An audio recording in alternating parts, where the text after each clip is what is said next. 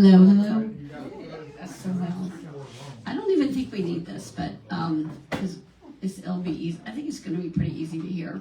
But we're starting, to celebrate America 250, and the museum is a partner with the New Jersey Rep 250, and we were one of the first people, first organizations in the area to say, yes, we're committed to the America 250. And when we signed up for that, we said we'll have at least 2 things that have to do with America 250. So we did that last year. And this year we're enhancing it because this is one of the big celebrations. But as a group of us were talking about earlier, America 250 celebrations go on until 2033 because, the war wasn't just 1776. Right. It went on a bit longer, went on till 1783, just before we finally signed the treaty.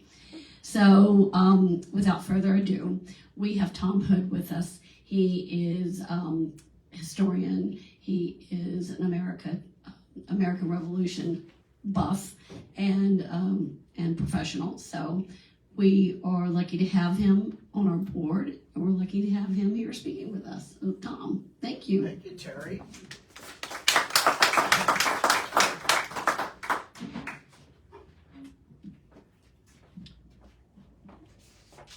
I'm going to turn it off. Tell me if you need it. Do you need it, Graham? No, I can hear you back here. Happy to do it. Happy to do it. So I want to spend about a half hour with you and talk about the events, the causes, and the That's gonna roll people. off. Not about Mic drop. Mic drop. Events, causes, and people behind why we separated from Britain. And I want you to walk away with probably 2 unique viewpoints, and it'll be throughout it. One is we were a different society than Britain, and they didn't fully appreciate it. And essentially, we were a society, more so than any other society, that were living the Enlightenment values. And Britain was starting to make us paranoid that they wanted to take that away.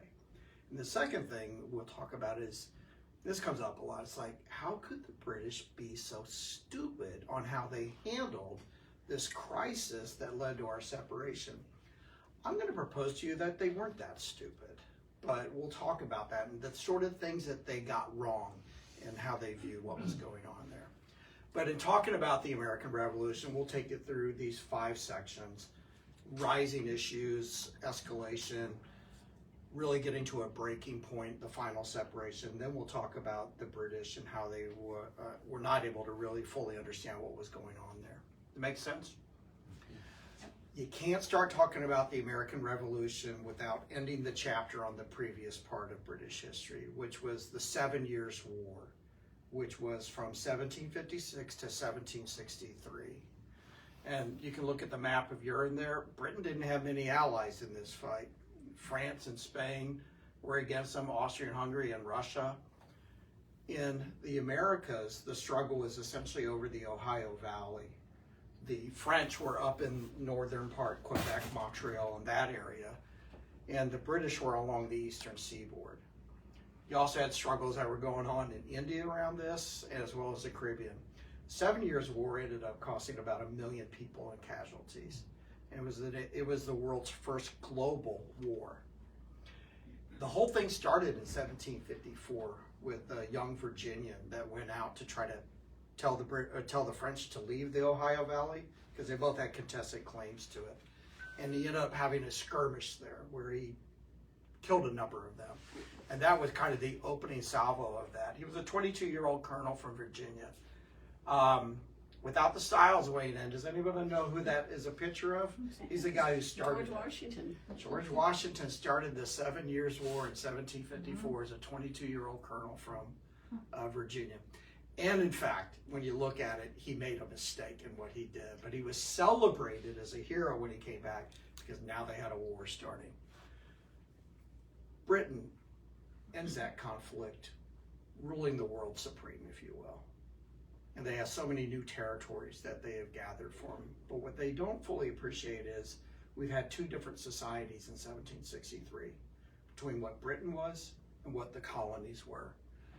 They really believed in the sovereign and the supremacy of Parliament as their ways of running governments. We have local government with elections that way. They were a mercantile society as far as their economy, and they gathered a lot of the goods from here. They would take them back to Britain, finish them off, and then sell them throughout the world. We were a diverse economy and mainly agrarian economy. As far as society at large, they had aristocracy, and we were a much more fluid society where people could rise and fall. We also, as a society, had a lot more landowners than they did there. A lot of people that had stakes in the system. And as far as our gross domestic product per capita, it was about on par with the richest nation in the world, Britain. We had a lot of prosperity in this country, and it was more spread out throughout the population than the prosperity in England was kind of near the top there. And as far as views of the military, yes, sir. I see we had 2 million people. What was the population of Great Britain? About 7 million. Okay. Yeah, I got a slide of that, yeah. Differences there. And we'll talk about that later as far as the demographic differences between us and them at the time of the conflict. We relied on local militias. They relied on a regular army as well as the best, most professional and largest navy in the world. Very different societies there. You have to understand that the American colonies, when they first came over in the 1620s with the Puritans, the Pilgrims, the Puritans, and later the settlers with the Quakers in Pennsylvania and the Catholics in Rhode Island, it was kind of a vow for Britain to get rid of dissidents that were starting to rise up. Give them colonial tracts, send them over there. They weren't paying much attention to us. And so we kind of started to perfect self-government and get along going about doing things our own way. And I liken to what happened in 1763 when they come in. They had an enormous debt to pay off, and they were tired of the American colonialists getting them into trouble. I liken this to, imagine if parents sent their kids off to boarding school. And it's a 24/7, 365 boarding school. And they didn't see their kid for a number of years. Well, if you get that kid back at 8, you can probably as a parent say, these are the rules of the house. If you got that kid back at 18, you probably say, I probably need to negotiate with them. You're not going to follow all the rules. I need to really give them a lot of autonomy. If you get them at anything in between, you better understand where you're at, and it's going to be troubling. I liken this to Britain getting the colonies back at the end of the French and Indian War, the 7 Years' War, and treating us like we're 8-year-olds, where we're fully matured, more like a 17-year-old. And you try doing rules on a 17-year-old or an 18-year-old that would apply to an 8-year-old, you're going to have resentment. Anyway, the second thing that Britain wanted to do is not only pay off that debt, but they wanted to limit what the Americans had done, the colonialists had done to get them into trouble, which is mainly interfering with the native tribes. So they wanted to prevent colonial expansion west. So in 1763, right at the end of the war, the Parliament and the King came out with the Proclamation of 1763. It limited settlement west of the Appalachian Mountains. This was the first salvo that we felt like this is infringing on our rights, because a number of people, mainly prominent people, had rights to the lands west of the Appalachian, and they were entitled to that, as well as a number of soldiers, American soldiers that served in the French and Indian War, were promised land there. Now that was all negated. The British did that for 2 reasons. Less money needed to just control what you have here. They also wanted to foster good relations with the natives. Make sense? By the way, if you ever want to know kind of how they came up with it, they did it on the ridge lines of the Appalachian. All the stuff to the right is the water flow that goes into the Atlantic. All the stuff to the left, all that water flows essentially into the interior basin of the U.S. and down into the Mississippi and into the Gulf. So that's kind of the Eastern Continental Divide, if you will. Interesting. Not much of a problem with that. It affected the landowners. In 1764, it's not here. We had the Sugar Act that was imposed. There wasn't much of an objection to that because a lot of smuggling got around paying that tax in the ports. But it was on the molasses that would come in from the West Indies that was turned into rum. They put a tax on that. The British view and the American view on taxes was this: some taxes are okay and acceptable. Those taxes are essentially port taxes. Anything coming in, you could tax it at the port of entry. And that's kind of that's the domain of government. They can interfere and do taxes there. Anything beyond that is considered an internal tax.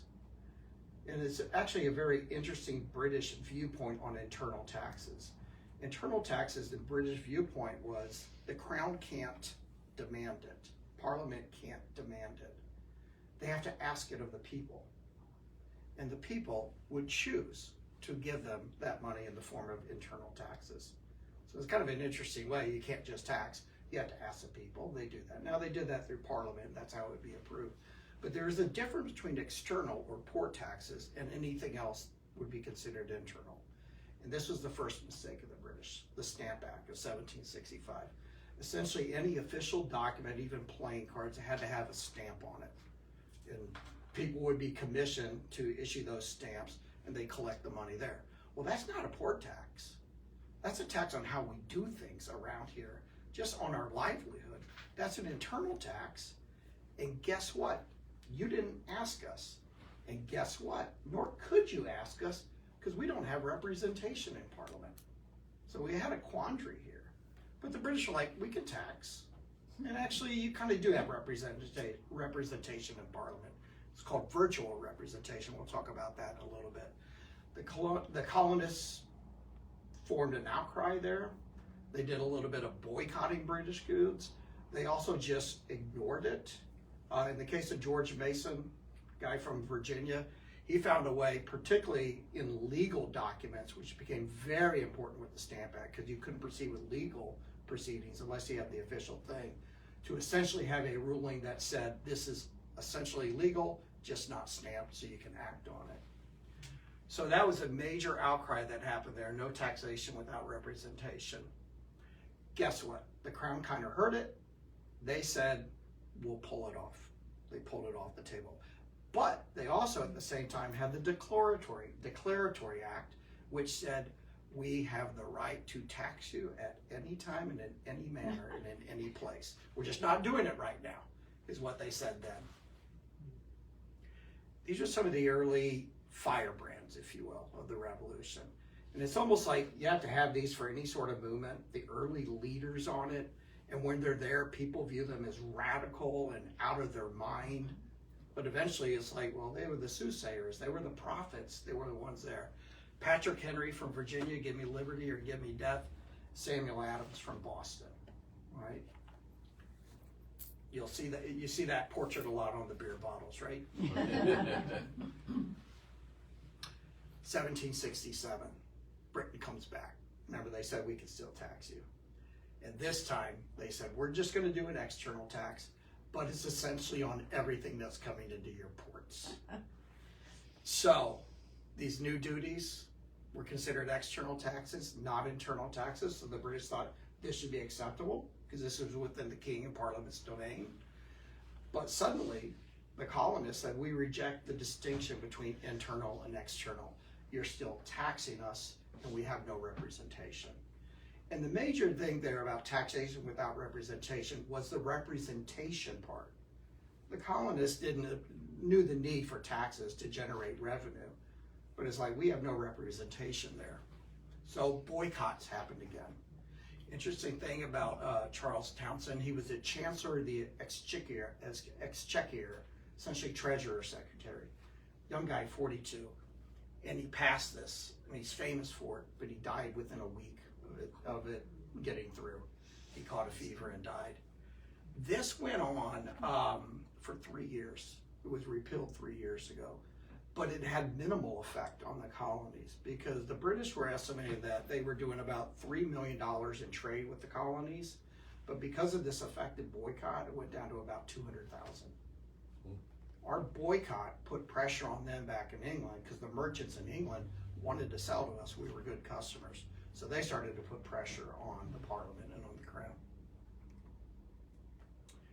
1770, while this is still going on, is the Boston Massacre. a tragic accident. People throwing the snowballs and ice at the British soldiers that were out there. Panic ensued. They didn't know, the British soldiers, what was going to go on.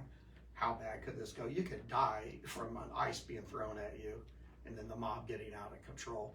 Shots were fired, people died, and it was the first bloodshed of the war.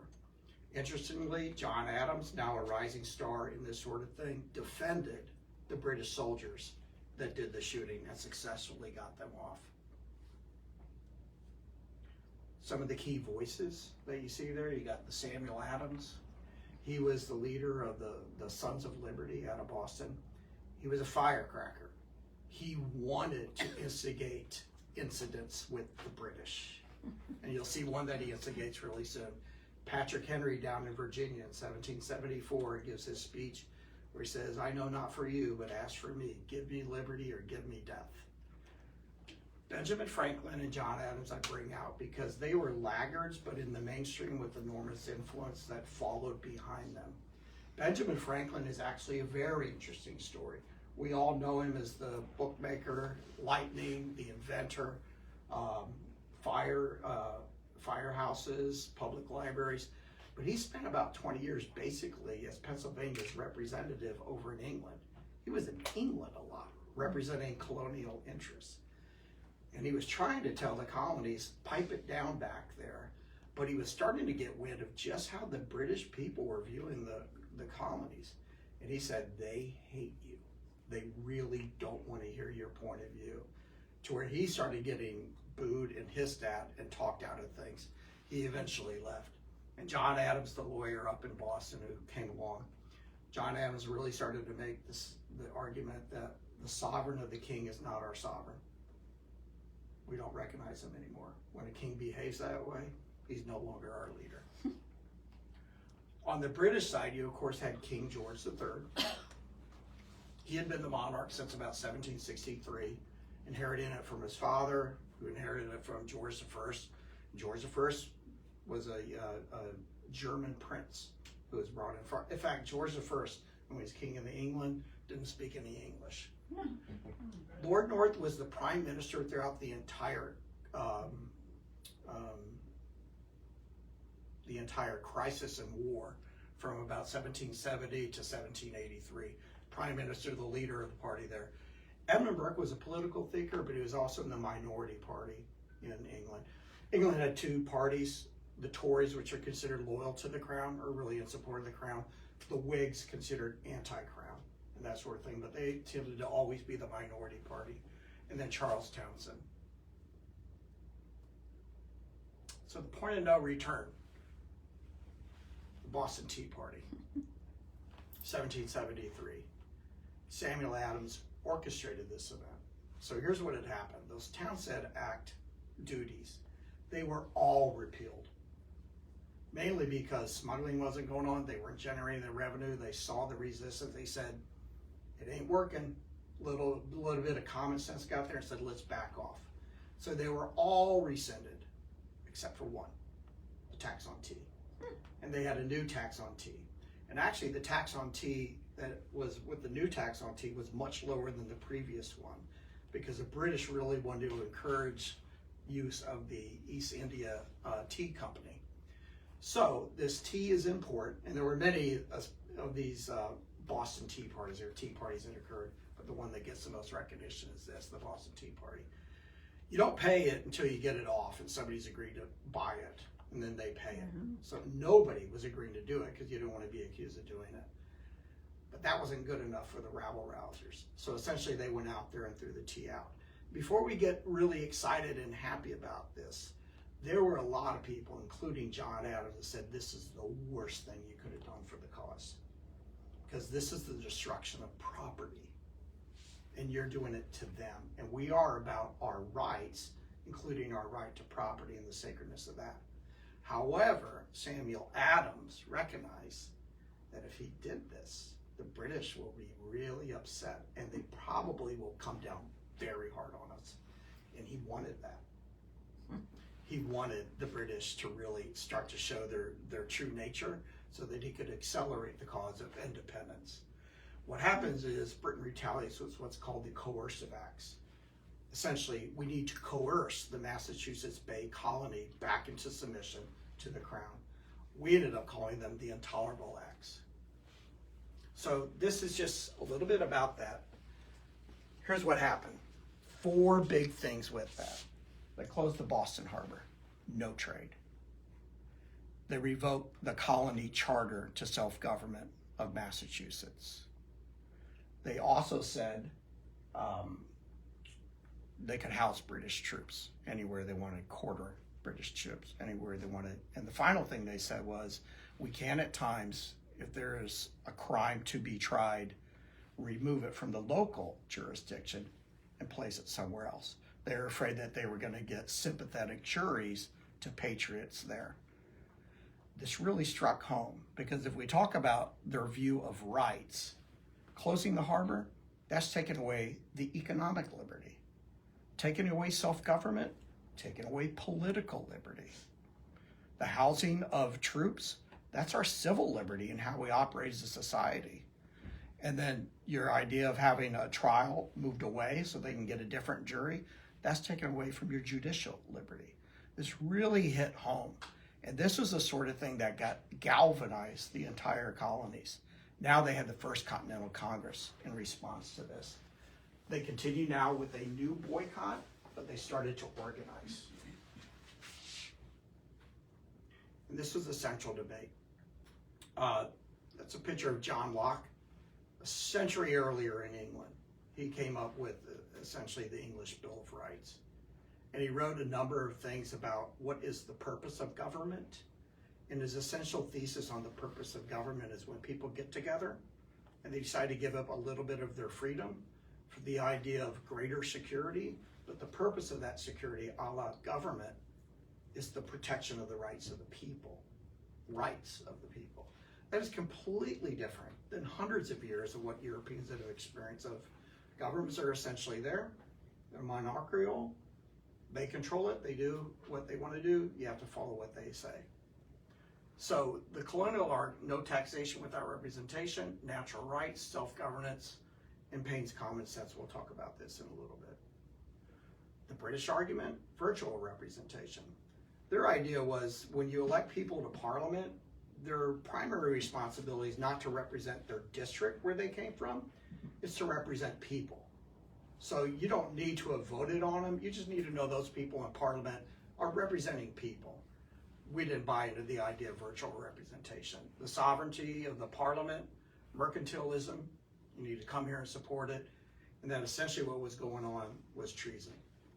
The coercive acts were designed to bring Massachusetts back into law and order under the sovereign. Instead, it galvanized the colonies to start to think about what could happen to them. A few demographics there. Estimated population growth over time. We're about 2 million, 1757 and growing. England is about 7 million. So at the time of the Revolution, England is about 7 million still, and we're up to about 2 million. We're growing faster than they are. So remember this, 7 million to about 2 million. Here's the GDP. Well, Britain has a much better GDP. When you look at GDP per capita, because we had far fewer people, we have more there. The other thing, as I alluded to earlier, most of that GDP, if you will, in Britain is concentrated at the top, whereas in the colonies, it's much more diverse. So Britain's got a difficult foe against them as far as population, as well as people that are invested in their livelihood economically. They're doing pretty well in the colonies. But check out the bottom one, gun ownership. And I'm not here to advocate for or against the Second Amendment, but as just a common fact, not too many people in Britain had firearms. They used it, you could afford it, you go out there for game hunting. Whereas people in America had it for hunting, for survival, because also we didn't have a regular army, we had militia to stand up there. It's much more prevalent. That's going to be an important fact when you start to do the calculation if you're in Britain as to how well could they resist. You already have a lot of guns out here, and people that are somewhat familiar with them, this could be a problem. And what will show up throughout the Revolution and battles is a lot of Americans show up. They're not as good as the regulars, but they show up in numbers and in quickly, and they can fire a weapon. And that can count for a lot. This is what I think as far as why the British got it wrong. They suffer from pattern recognition, which is what we all do a lot of times. When you see something, and it's a little unfamiliar, what you try to do is you try and say, does it fit a pattern to something I've seen before, right? It's one way to approach things. And when the British saw what was going on with this revolt, this insurgency, this civil disobedience that started to grow, their pattern recognition was, we've seen this before. We've seen it in Ireland, we've seen it in Scotland. We know how to handle this, and we've been successful handling this. Therefore, what we do is we apply pressure. If needed, we go to battle and we'll beat them, and then we restore order. But there were some big differences between the colonialists and the Scottish and the Irish. One is you saw the demographics. A lot more people here than there were in Scotland and Ireland. Second thing is a lot more armed people here. But I think a big difference there, we were protecting our way of life and our view of our rights. Their view was the sovereign was supreme and unchallengeable. They couldn't get out of that thought pattern to think these other people are viewing society different than we are. And while we may not agree with it, we have to understand they really believe that distinctly. And we did. We had the will. That gave us the will because we didn't want to lose that way of life. And we had the means in terms of a population of about 2 million versus 7. Not a bad odd, not the best, but that's not going to be an easy thing to do. We had the capability as far as militia and the use of firearms and the will there. The other thing is, as opposed to going to Ireland over the sea or up to Scotland when you have a revolt, they had to come thousands of miles over. And the final thing was, they should have been thinking, if we don't get this under control real soon, if it really explodes, our natural enemies, the French and the Spanish, are going to join in to try and go at us. That was never really the case with Scotland or Ireland or any of the revolts that were up there. So that's kind of why they got it wrong. But I might pause there because that's just my postulation, and some of you are pretty studied on it. But it has been a fascinating thing. How, because I would be like, how are they so stupid to handle it this way and not be a little more liberal in how they would do things? But I think they were, the big thing I'm trying to tell you is they really viewed themselves as being successful, mainly because they were successful. And they had just beat the French and the Spanish years earlier.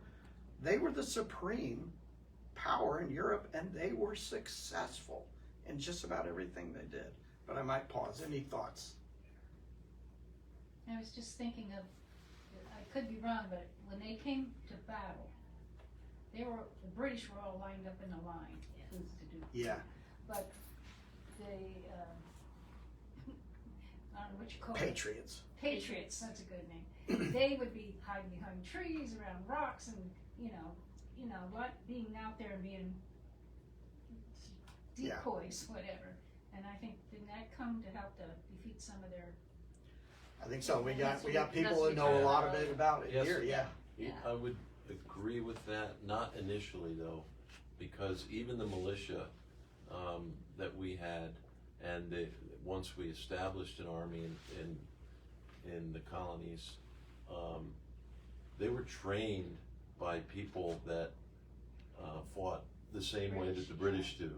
And they went out and started fighting. It wasn't until later in the war that they learned how they could get an upper hand on the British, and some of it had to do with snipers and light infantry that would, as you say, get into the woods and hide and shoot. One of the other things was that they fought the way that the British fought the way they did, to a large extent because of the types of weapons they were using.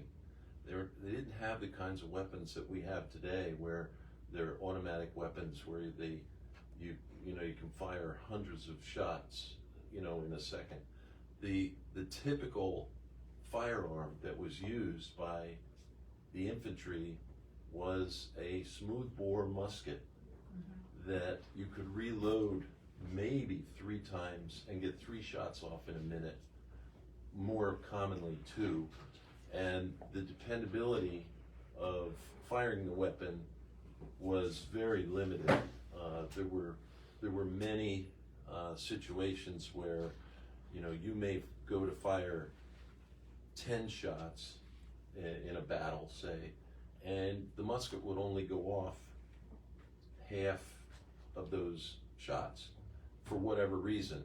Obviously, they never had battles in the rain because you put a little moisture in black powder and it doesn't fire, it doesn't spark. Most of the battles, if you look at the historical timing, were in the months from April or May to October, never in the winter, very seldom in the winter. One of the reasons we were so successful at the battles of Princeton and Trenton because of surprise attack, and the British said, oh, they'd never fight then. So we did, and we caught them by surprise. But to go back to the battles, the weapons really determined why they fought that way. The British would march a group of soldiers out on the field. The sergeant would maneuver them to hopefully within 50 to 100 yards of a group of the enemy, and they would fire them all at the same time to an area, hoping to hit something. Those weapons are accurate. They didn't even aim those weapons. I know this for many reasons, but I have one, and I've done it. And if I'm standing 50 yards away from an oak tree that's, say, 2 feet in diameter, I'll be lucky to hit it. You're basically firing a knuckleball. It's a smooth bore weapon, and it's a round ball, so it's coming out and it's literally going like this.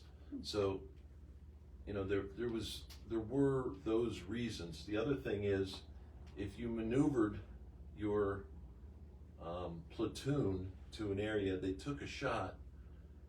If the Americans could maneuver so that they're within that 50 yards, those that were not hit by the shot could fix their bayonets and run to the British, and the bayonets were much more effective than the firearms. So hand-to-hand combat was actually preferred.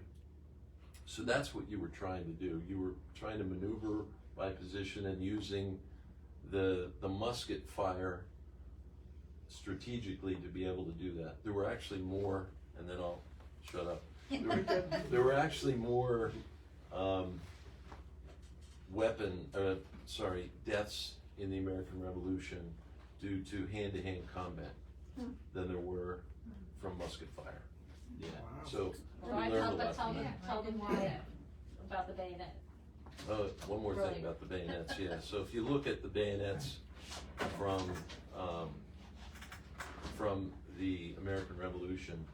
You got one here? Oh, Yeah, there we go. okay, prime example. So that's a bayonet, and what this one is pretty well worn, but you can see that the blade is triangular in shape. You see that where it's got 3 sides. If you have a wound from a 3-sided blade, it's virtually impossible to close the wound, and you'll die of internal bleeding. As a result of that, this weapon was determined by the Geneva Convention to be inhumane and was outlawed at the Geneva Convention. So it's not to say they don't have bayonets in today's armies anywhere around the world. They do, but they're all 2-sided blades. No more 3-sided blades since the Geneva Convention. So that's another reason there were more deaths from hand-to-hand combat, because anybody that got hit with, one of these wasn't So- going to survive. most likely. I just have a question. The rain just made, I never thought about this before, but so when it started to rain, they're gonna have a battle. Did they just stop fighting, or Yeah, did they and- just go to hand-to-hand combat, or what Mhm. happened? Or- Most wars start in April. Yeah. You don't start a war in the wintertime. But I mean, like, even- what about, I mean, we get rain in this. Even I as- mean, there were many times when the British would be camped on one hillside and we'd be camped on another hillside, and we waited till we woke up the next morning to fight one another. Nobody went out at night to fight. Yeah, that's the other thing, you couldn't fight at night, Can't see what you're because doing. you can't see to load your weapons. musket. You're not gonna light a match. You got a pocket full of gunpowder, so, Yeah. So there are yeah. no battles in the rain at all? very seldom. No? Okay. Very seldom, Wow. and they would agree. That's the other thing, they were close enough that they could see each other before the battle started. So if it started raining, this sounds really funny, but it's almost like Yeah, the interesting. commanding officers are on opposite hills and they're looking at each other and they're, see you tomorrow. Yeah. You know, it's, Yeah. we can't do this because it was the same for both sides. And we start to see it in the break with the battles of Lexington and Concord, which happened in April 1775. The British leave Boston to go to Concord because they feel there's munitions there. Maybe capture a couple of the rebels there, like Samuel Adams and John Hancock. Meet on Lexington Green. We have the shot heard around the world, but they make it up to Concord Bridge, and it's kind of a draw. Then they have 16 miles to go back. And it was almost an unmitigated disaster and defeat for the British as more and more of the militia, the Minutemen, showed up and were taking pot shots and standing actions against them, but they finally made it back. That's April 1775. The Second Continental Congress is meeting, and they determined because of that, two important things. One is we need a Continental Army. Things have started up there. They chose George Washington from Virginia to lead that. The second is, they said, we got to give this one more shot to reconcile with Britain. So they put out the Olive Branch Petition. This is kind of a compromise measure of the Second Continental Congress, because some people, New Englanders, are like, we need independence. The rest of the colonies are like, I'm not so sure we want that. So the Olive Branch Petition was a very nice thing. Basically said to the king, we know Parliament did it, not you, you're wonderful king, but Parliament's been bad. Tell Parliament they've been bad. Remove all these acts. We will come back in. We want to be loyal British, and we'll work for a way to move forward together. But we want to still remain a part of that. It is said that the king never read it. Didn't even open it. But what he said was, you all are traitors. I'm considering you're all treasonous and in a state of rebellion. When that response came back, that was enough for everybody to say, we got no choice. It's got to be independence. What also happened is that was April, Lexington and Concord, and it went out in June. It took a while to get the response, if you will, back. You also, in June, had the Battle of Bunker Hill. Now here's the thing, we lost the Battle of Bunker Hill. The British did 2 charges up. The reason they succeeded on the 3rd charge is we ran out of ammunition. We had to give it up. So here we are in July 1776. Washington's in command. In March of 76, the British evacuated Boston after Washington got some high ground and put some cannons up there. The British are nowhere in the 13 colonies in July of 1776. It's pretty clear they don't want to reconcile on good terms. And also, we're pretty good against them in battle. That was the prevailing thought at the time. We're about to get a lesson in that we're not that good against them, and then we'll get better at it. So it's time to think about this. And then you also had, in the 6 months leading up to the Declaration, Thomas Paine's Common Sense. It cannot be overemphasized how important this pamphlet/book was, and basically making the case, it's like, why would you want to be a part of Britain? It is time for you to be independent.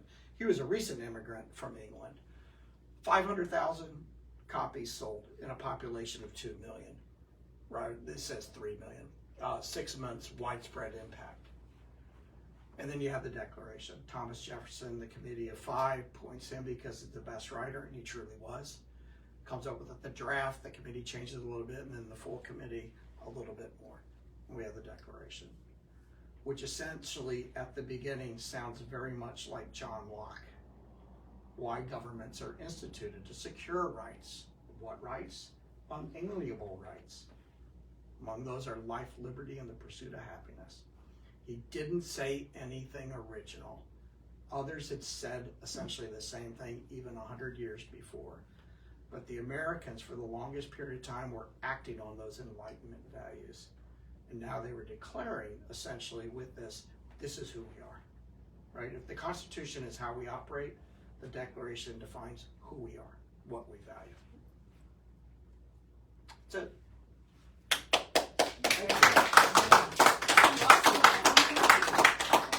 Any questions or comments? I think on July 4th, we should do this like as, just as a loop, like, Oh, yeah. Oh, you don't have, Sure. I know you're busy that day, but we could, if we could just have this on a loop, that would be great. That'd be great. We Yeah. could do that. So, do you wanna tell them about what we're gonna be doing on July 4th? Oh, July 4th, there's going to be 2 readings of the Declaration of Independence. The first one is something that my wife and her family and I have been doing for 15 years at the 101st Street Pavilion. That'll be at 10 a.m. Chapeau is kind of working with us to help sponsor that. But then we as the museum, Is it 10 or 11? 10, It's always 10. 10. Okay, because I think some of the stuff published said 11. Well, there's a second reading There's a second at the one. tower at 11:30. Oh, And that's okay. going to be the museum that's sponsoring Gotcha, that. okay. So it'll be, both of those will be full readings of the Declaration. You know, the juicy stuff is up front and at the end, but the bulk of it is the list of grievances in the middle. So figure, probably should go through the whole thing. So we'll be doing that. It'll be, if you've never heard it, I guess this is the year, Yeah. the 250th. It's very meaningful. I mean, I join in on it, and we all get a piece of paper, and each one of us reads. Yeah. And then we usually sing what God Bless America. And it also worked with our generational, Yeah, old, yeah. my parents being senior at the time, then Yeah. us, we came along, now our son, now his children are Yeah. coming. And so we are passing it down in a way that's fun. And I keep trying to tell the neighbors, I do know we have competition, cause I think the sports events happen that Oh, yeah, morning yeah. at 10 o'clock. Yeah. But, there is a point when maybe it should be 11 or maybe it should be a different time because of that, but I think people are really, after all these years, very appreciative of it. Oh, yeah. And then separate than that, but at the same location, the Styles are going to be doing a camp, right? Oh. So Yes, we'll be- tell them about that. Military camp, we're gonna set up adjacent to the water tower over there on the grassy area, a Continental Like a Army war camp, in effect. Oh, neat. And we'll have we'll have examples of camp life during the Revolutionary War, and we'll do demos on cooking and Just short of having a sewing. fire. We're not gonna actually have a fire there, but We'll have our whole fire set have up. all of our utilities and everything, and I'll do a Life of the Soldier musket demonstration, talk about the different weapons that were used as part of the war, and we'll talk about camp life in general, the uniforms, just everything pertaining to the Continental Army and soldiers and infantry and so forth. And camp What followers. time is that, Very Bob? good. And And camp camp followers followers. too, the What's women that? that What follow time the is army. that? That's all day. That's all day. Okay, so We're gonna just set up continue between to go. 7 and 8 in the morning, and we'll stay till about sunset. It's no Wow. fun to Long day. pack out in the dark, so It's Long good to day. hear the pie. Hmm? It's good to hear the pie. we Yeah, have to be right. on grass, we can't do it on sand. Our tent stakes won't stay in sand. Yes. No. I Yes, thought we you have had to do it on the it grass. that way, be near the pie. So let me ask you this, we're thinking about, getting felt tip feather pens and letting people sign the declaration. That's cute. Do you think that's a good idea or? Absolutely. I think the more, As long as they understand the risk. Yes. Townsend, was it Yes. Townsend? Treason. Treason. Treason. oh, Who was the John Hancock. John Hancock, he said From everybody New else Jersey. needs to sign, because right now, Who ended up my name's being the only one on this Thrown in thing. jail. Oh, this guy. This is one of the, there were 5 signers from New Jersey. This is Richard Stockton, Stockton University named after him. And actually his estate was the former governor's mansion up in Princeton. I can't remember what it's called offhand. Corbin? Or is it Yes, Corbin? very good, yeah. Yeah, this guy, he got in prison, got sick, ended up dying from it years later. I think he died in 1783 from illness as he contracted that. Well, you could search, there's a list of everyone who signed, who had all of their homes and buildings totally burned, who was imprisoned, who lost their life, you know. Their families. There are very few of them that Totally. And the thing is, survived well. we know the outcome. We won. Yeah. They didn't know the outcome. Yeah. Right. And I, you know, they did not want this. They felt like there's no choice. After the olive branch was rejected and they weren't going to change it, it's like, it's either we live in a society that we don't want, that they're imposing on us, or we got to make the break. And then they said, we're doing it, going to go forward. But they didn't know the outcome. Right. And if they'd have been captured or it went the wrong way and we lost, could have been in prison in the Tower of London, could have been beheaded, Well, put there on were- a pike there were on 3 the of them London that were Bridge. Sent to I'm trying to remember, One was actually in the Tower of London, in one of the Tower. I most, think there one was of the 3 of them. richest I men think in Edward America. Rutledge was one, and I forget the Richard other 2 were Lawrence. totally sent to Henry Tower. Lawrence. Henry Lawrence. Henry Lawrence. Henry Lawrence down in South And- Carolina. Yeah, it was all the South Carolina guys. Yeah. Went to the Tower of London. Yeah. And but they were released later, like 3 years after the war. Yeah. So, but yeah. It's quite a risk they How are engage the in. events marketed to not to us who live here and know about this? How about all of the people who come for July 4th with their family for the week and bring guests, and You they've mean- never even stepped in maybe the museum? Yeah, So, you know, I was just thinking about it because I'm a realtor, and I was like, maybe, you know, just a list of events, whatever you promote in the Well, paper. the mayor's something. been The mayor's posting, he's been and putting together. He keeps, when something's done, then he adds other things to it. So it's a full page that he's posting like almost every 4 Yeah. days. I just think that people come in for their keys, all that population comes in and out of our town. Yeah. Take a piece of paper that has everything listed. Yeah. Just, Where's the he 7 Mile posted it, Times Simon? is gonna be having all of our July events Online. on their calendar, and then we'll have our August events, but Facebook. there Facebook was and a, Instagram. we didn't get to be in the I think June. I've seen it, I mean, I'm just thinking of all the people who come through Yeah. it town is on there, okay. that, Yeah. where, you know, they may not know those resources. Just, they're just guests. Yeah. They're renting. Yeah, I the know. chamber's pretty good about posting things too, but. Because they may not. It's easy, I mean, we've got, you know, For Instagram, It's like this. And the chamber, like, they'll send out I things did see too. that, yeah, I Yeah. didn't read it, but I saw Oh, it. they Yeah. post it. I just see the layout. Yeah, I mean, every time something happens, this You is, guys do it, okay, Yeah. good. he, Well, yeah. people can start sharing that then. Yeah. Oh, yeah. Yeah, and You it can That's- start certainly paste be, it and send it can out. certainly be printed and Yeah, I think it's a give good it, put idea. in realtor offices or Yeah. whatever. they Absolutely. all get a key, give it with a little Yeah. ribbon around it. Yeah. And take it on with a pen, with a little pen. A little Well, I think the challenge maybe this year is the 4th is on a Saturday, Mhm. turnover day. Yeah, that's turnover day. Yeah. Yeah. Well, we'll let them figure it out. Well, thank you all for making it. I appreciate it. Thank you. Thank you. Tom, I wanna get a picture of you with Richard Stockton. Yeah. I was thinking, yeah. Where you on that? I believe everybody here already has house tour tickets. Okay.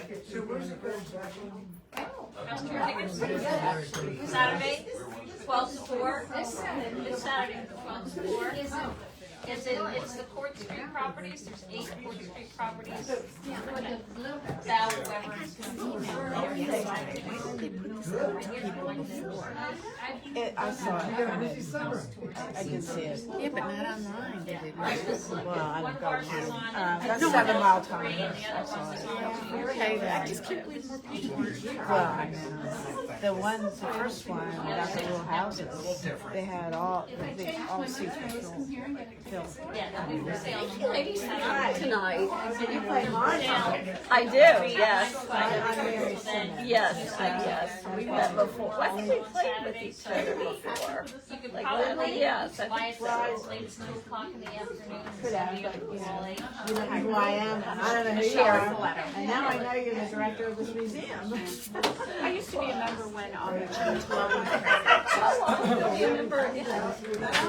I did Jim really well, and then the next layer wasn't so good, so a lot of us kind of moved on. I mean, we did really good things, and we're honoring Jim this year at the event that we're having at the Reeds. Oh, really? When is that? That's August 26th. That's our big event. That's our, well, I hope you would, and I think he would be sad to hear that you weren't, with us anymore and everything. Well, I think that, no. I mean, I'm hopeful. Well, he used to live in my development, and he and his wife and I used to kind of hang out together and stuff like that. So, I didn't realize it either. but to go way back in terms of my background, I used to be a commissioner on the Pennsylvania Historical Museum Commission, which oversaw all the museums in Pennsylvania under Governor Rendell. So, I love history. Me too. I'm DAR. This is not my only history museum that I've been involved with. And it's Terry. It's Terry Fisher, and I'm the president. Jim's old job. Yeah. Well, that's good to know that you're honoring Jim. I'd like to go. Yeah, I mean, I love Jim. And he's, I admire him, and he's been a wonderful person for this organization, and I wanted to honor him. He was one of like 5 guys that would do water aerobics 3 times a week at this development. I mean, the stuff that we talk about sometimes is just you want to shoot. I want to shoot myself. So I would always go to one side, and all the guys came to that same side, and we'd talk politics and things like that. And then the women would talk about, I don't know what the hell. But anyway, that's how I got to know those guys really well, mainly through water aerobics. Where are you in Pennsylvania? Well, I was in Harrisburg for many, many years. And now you're here. Mostly here. I still have technically a place with my family in Bucks County. Okay. But I'm trying to be here most of the time. Yeah. I lived on the line, and Jim lives, and so I got him to speak at my DAR group. Yeah. He spoke about Vietnam because when we did he wrote a book. Yes, I about, have. It's a great book. And so we honored him and for the bonds, gave him the Quilt of Valor and everything. Nice. Yeah. He's very knowledgeable. You might want to go there if you're here too. We'll have to stay in tune with that. Yeah, so, do you get our emails? I think so because I got one about this. Good. So I mean, yeah. Well, we hope you'll consider being a member with us. Thank you. Thank you for bringing her. And Mary got the right seats for us to sit in They're too. the ones I sit in all the time. They're most comfortable. They were comfortable. Oh, yeah. These are cheap chairs. I'm gonna put Richard back. It's easier to do Terry, it you with ever seen that movie? I think Jim was when I was playing at the theater here. About how the blacks built the. Do they ever show that again? We show it all the time here. Oh, you do? We do, yeah. Oh, it was so cool in the big theater. Yeah. I love that. I think more people. I think that should be done every year. So people. It was great. It was great. I mean, Is that what's called? Miracle? they're out in 81st Street. Okay, all right. That was. You Yeah. want to see it? Jim does great films. I know. Okay, thank you. Thank you.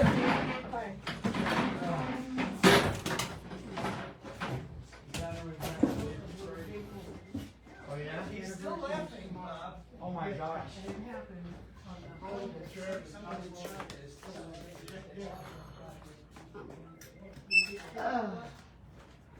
Okay, what are we gonna do with this vegetable tray? Throw it away, I guess? It looks like you're taking a hard fall. Call emergency? That's interesting, I never had that. Oh.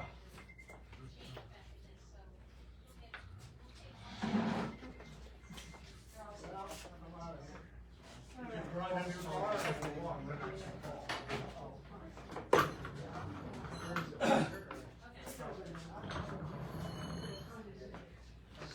Graham, I need your help. Yep. We're gonna move that table. Sure. It's a heavy one. Well, it's on sliders. It does sort of roll or slide. Yeah. Oh, I removed the sliders. Let me put the Uh-oh. sliders back. Okay. All right. What? You put that sliders here. I I did. can lift it up. You can lift it up. Okay.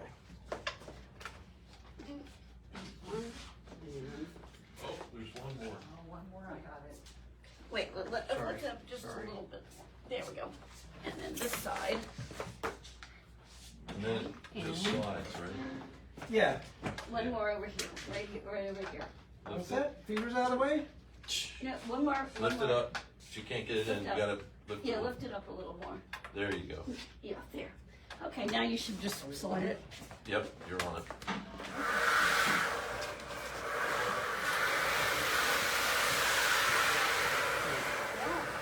Probably that way a little bit. Yeah. And to this side. Looks pretty good. Awesome.